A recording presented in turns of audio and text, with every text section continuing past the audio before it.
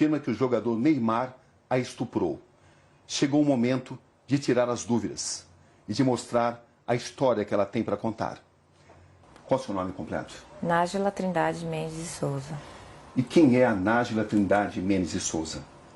Uma pessoa comum, que trabalha, estuda, sou modelo, estudante de design de interiores, que gosta de esporte, que treina, dança, sou filha, mãe, pessoa comum.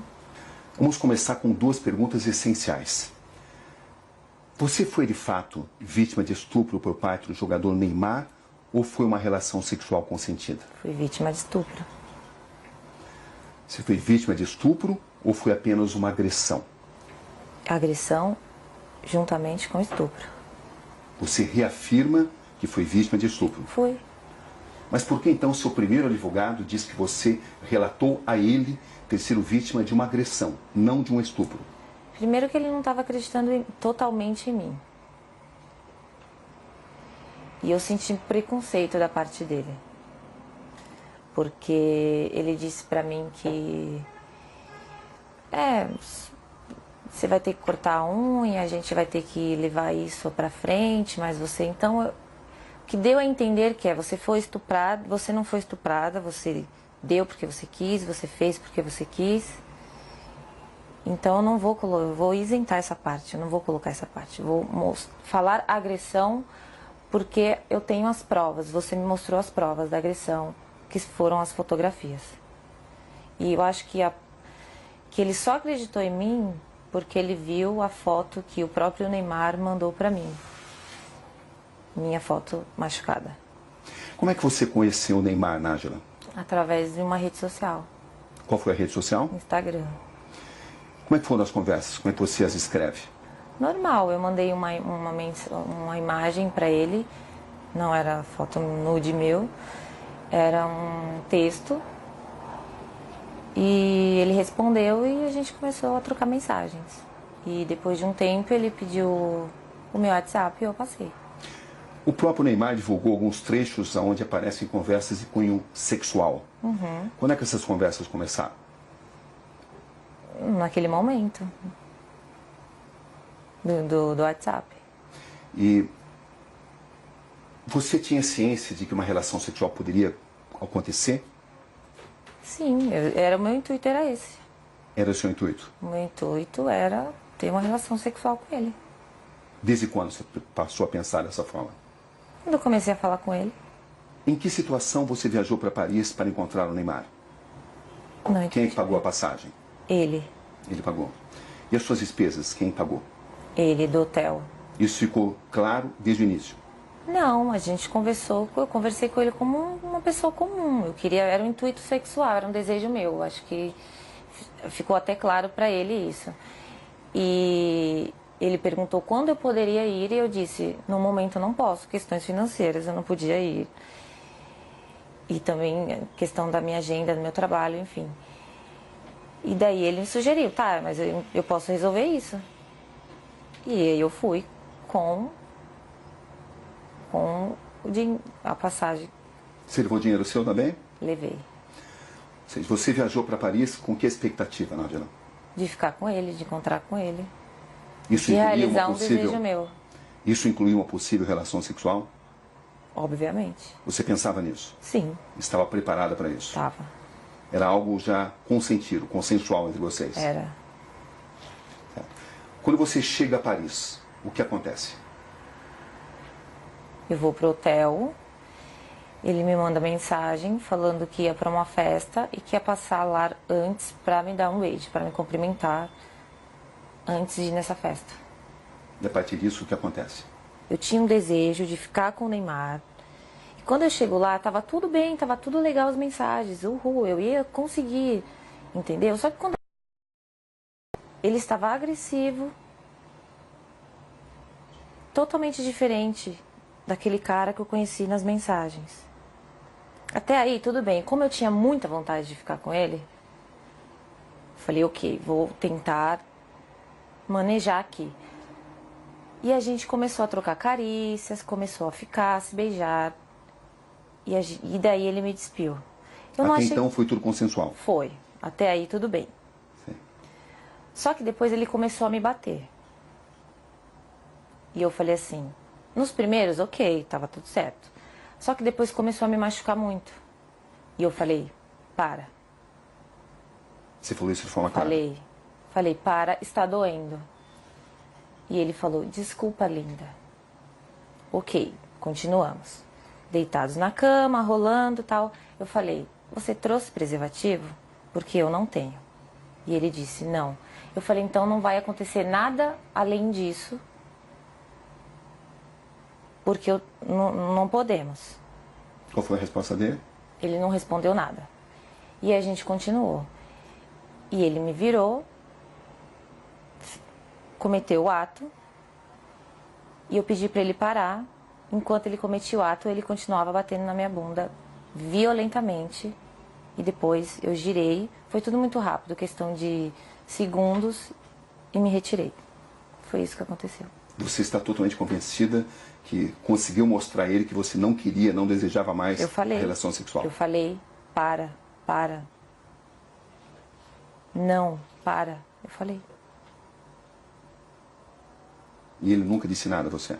Ele não se comunicava muito. Ele só agia. Ou seja, você estava preparada para uma relação sexual consensual? Estava. E quando é que essa relação sexual consensual se transformou, na sua visão, em um ato de estupro? A partir do momento que ele se tornou agressivo, a partir do momento que eu perguntei para ele se ele tinha levado o preservativo, que eu não tinha, e ele falou que não, e eu falei para ele, então não podemos. Então só vamos trocar carinho, só vamos continuar aqui. E ele concordou, com o silêncio eu entendi como concordância. E quando ele me virou, ele já foi cometendo o ato. Então assim, ele não entrou em um acordo comigo, não, eu não trouxe, mas eu tô afim, eu quero. Não, ele ficou calado. Então para mim, ele tinha entendido que não poderíamos ir além daquilo do que já estávamos fazendo. Ele te obrigou a manter relação sexual? A partir do momento que ele me segurou violentamente me batendo, ele estava me obrigando a ficar ali naquele lugar. Sem uso de preservativo? Sem uso de preservativo. Foi assim que aconteceu a relação sexual? Foi assim que aconteceu. Depois, quando eu saí da cama, quando eu me levantei e fui pro banheiro, eu fiquei, não acreditei, foi tipo uma decepção. E eu fiquei estarrecida, então assim, eu não consegui falar nada pra ele. Não consegui xingar, não consegui chorar, não consegui falar nada. Eu só fiquei em estado de choque, assim. E depois ele levantou, foi pro banheiro, e quando ele entrou por uma porta, eu saí por outra. Você manteve várias mensagens com o Neymar, mesmo depois desse acontecimento, do dia 15? Mantive. Por que você continuou conversando com alguém que a estuprou? Porque primeiro que eu tive que assimilar tudo. Todo o acontecimento. E quando ele saiu do quarto, e eu comecei a entender tudo o que tinha acontecido comigo, e como ele foi estúpido, como ele foi ruim, como ele me violou e me violentou, eu quis fazer justiça. Porque eu não acho que só porque eu estava afim de ficar com ele, ele tinha o direito de fazer aquilo comigo. Então, no primeiro momento, eu não consegui reagir devido aos traumas. E depois eu sabia que se eu não falasse com ele normalmente, fingindo que eu não tinha entendido o que aconteceu, ele não iria mais falar comigo. Eu não teria como provar o que ele fez comigo. O pai do Neymar relata que sofreu uma tentativa de extorsão. Da minha parte, não. Você ficou sabendo disso? Fiquei. Que os seus primeiros advogados tentaram extorquí-lo. Você ficou sabendo disso? Fiquei. E eu comecei a desconfiar disso no momento que ele não deixava dar queixa. Você foi à polícia contra a vontade dos seus advogados? Foi. Inclusive, porque eu tomei essa decisão, ele decidiu abandonar o caso. Você tinha conhecimento de que tinha sido pedido uma indenização ao Neymar e ao pai dele? Não.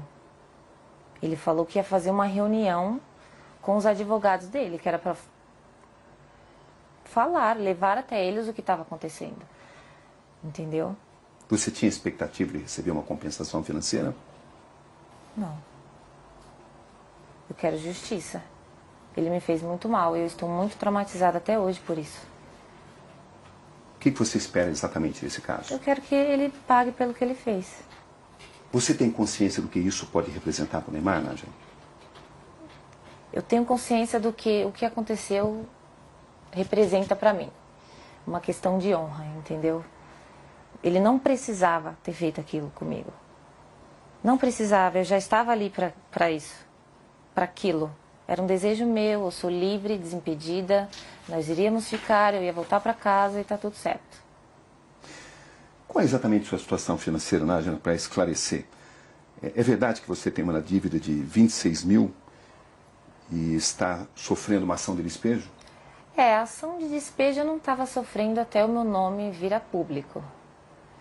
Né? Então, mas eu tinha um acordo sim para fazer, eu deixei acumular, minha única dívida, e do colégio que eu estava estudando, que por motivos pessoais eu tranquei. É verdade que você deve 4 mil reais ao colégio onde você estudava, à faculdade? É verdade. As pessoas têm usado essas informações para alegar que você queria resolver a sua situação financeira. Você tem consciência disso, né? Tem. Eu fiquei sabendo, mas olha... Como é que você reage a isso? Eu acho que teria uma forma mais fácil e mais rápida do que todo esse auê, todo esse escândalo. Eu acho que eu não preciso disso. E até o Neymar para poder conseguir dinheiro. Tem muitos trabalhos, muitas coisas para fazer. Eu não ia me expor dessa forma. Não tem lógica, não tem sentido. Para arrancar dinheiro do Neymar. Desculpa, não preciso disso.